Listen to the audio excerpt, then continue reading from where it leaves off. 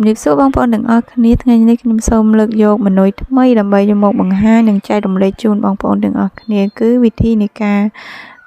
ដុតមាន់ស្ពៃក្តោបនៅក្នុងនោះគ្រឿងផ្សំមានដូចជាម្រេចគ្រាប់ខ្ទឹមសទឹកស៊ីអ៊ីវប្រេងសណ្ដែកប្រេងល្ងអំបិលម្សៅស៊ុបស្ករសបន្លែគឺស្ពៃក្តោបហើយនិងមាន់តោះអញ្ចឹងសូមបងប្អូនធ្វើការតាមដានពីវិធីធ្វើទាំងអស់គ្នាជាដំបូងយើងធ្វើការបុកខ្ទឹមម្រេចអំបិលស្ករប៊ីចេងជាមួយគ្នាឲ្យម៉ដ្ឋសិន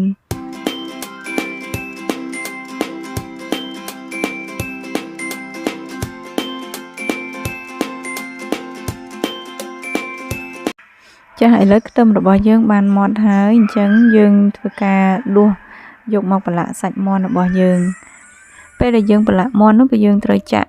ប្រេងសណ្ដែកចូលបន្តិចជាមួយនឹងគ្រឿងដែលបុកមិញហ្នឹងរួចមកយើង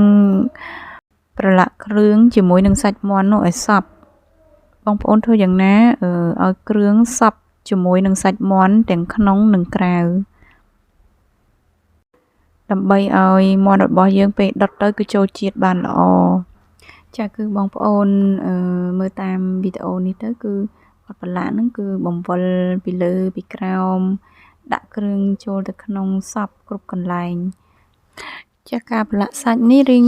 យូរបន្តិចដោយសារតែខ្ញុំអត់បានកាត់វីដេអូចេញទេហើយបើសិនបើបងប្អូនមាន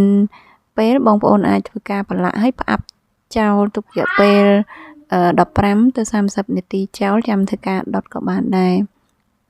បន្ទាប់ពីយើងធ្វើការប្រឡាក់សាច់មាន់ហើយយើងអាចយកគ្រឿងក្នុងរបស់មាន់ជើងរបស់មាន់បំណែកដែលយើងបានកាត់ចេញនោះយកមកប្រឡាក់ជាមួយហើយយើងចាប់ផ្ដើមបន្ថែមប្រេងល្ងទឹកស៊ីអ៊ីវចាក់ប្រឡាក់ជាមួយនឹងមាន់និងគ្រឿងក្នុងមាន់របស់យើងបន្ថែមទៀតបន្ទាប់ពីយើងធ្វើការចាក់គ្រឿងបន្ថែមហើយយើងនៅតែបន្តធ្វើការប្រឡាក់ច្បាច់សាច់មាន់របស់យើងនឹងឲ្យចូលជាតិជាមួយនឹងគ្រឿង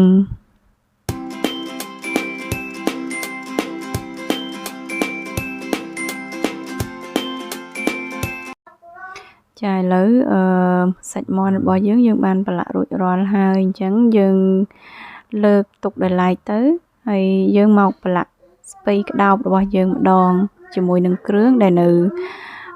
សល់នឹងបាតក្បាលហ្នឹងគឺថាយើងច្បល់ឲ្យសព្វជាមួយនឹងគ្រឿងដូចមាន់អញ្ចឹងនៅក្នុងនោះយើងត្រូវថែមប្រេងសណ្ដែកបន្តិចច្បល់ដើម្បីឲ្យបន្លែរបស់យើងនឹងទន់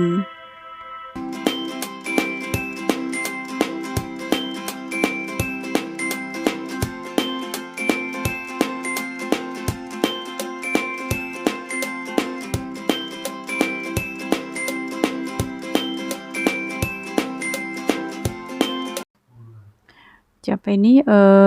ស្ពៃក្តោបរបស់យើងគឺយើងបានប្រឡាក់គ្រឿងរួចរាល់ហើយអញ្ចឹងយើងធ្វើការតម្រៀបស្ពៃរបស់យើងនៅនឹងឆ្នាំងឲ្យមានរបៀបហើយបន្ទាប់មកយើងដាក់មាន់របស់យើងហើយនឹងគ្រឿងមាន់គ្រឿងក្នុងមាន់ដែលយើងបានប្រឡាក់គ្រឿងនោះដាក់ចូលមកហើយយើងចាក់ខ្លាញ់ចូលបន្តិចទៀតហើយយើងចាប់ផ្ដើមដាក់លើ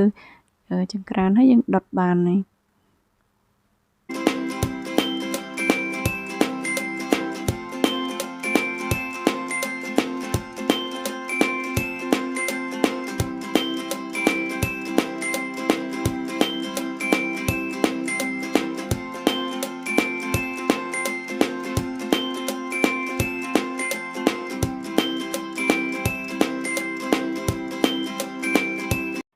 ចាជាលើឱកាសសល់ពេល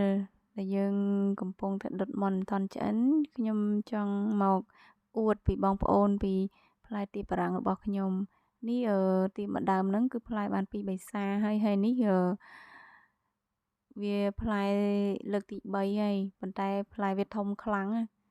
មួយហ្នឹងប្រហែលជា3 គីឡូអីជាងដៃខ្ញុំមួយចំហៀងហ្នឹងលើកអត់ចង់រួចហ្នឹង ធំខ្លាំងណាបងប្អូន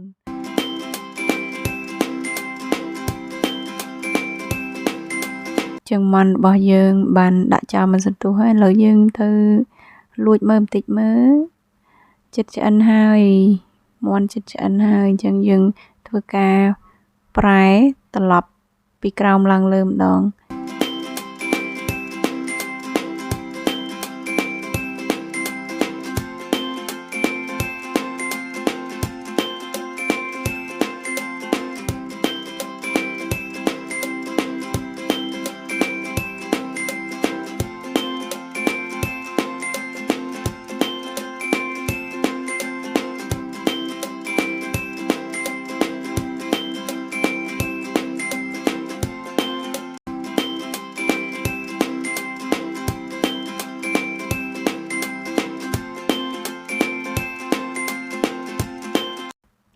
ចាឥឡូវមាន់របស់យើង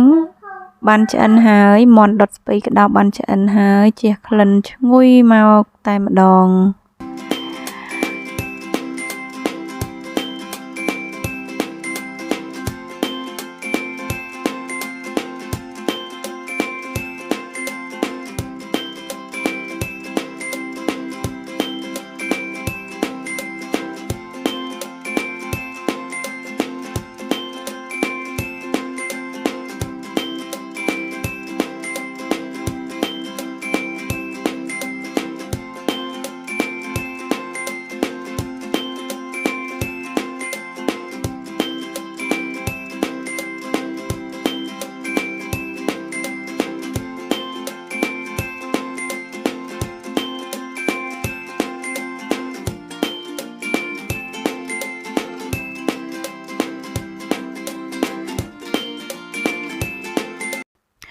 ចាឥឡូវមកដល់ដំណាក់កាលធ្វើការភ្លក់មាន់ដុតស្ពៃក្តោប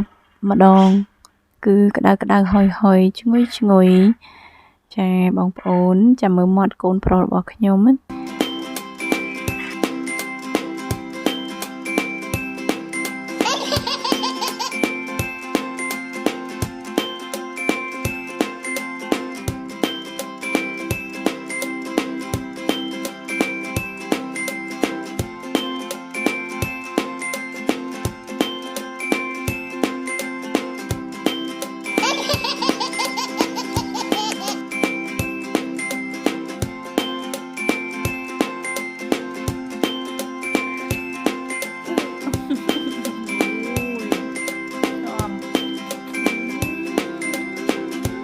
បាទបងប្អូនពេញចិត្តនឹងវីដេអូរបស់យើងខ្ញុំសូមកុំភ្លេចធ្វើការចុច like និង subscribe លើវីដេអូ YouTube របស់យើងខ្ញុំផងសូមអរគុណ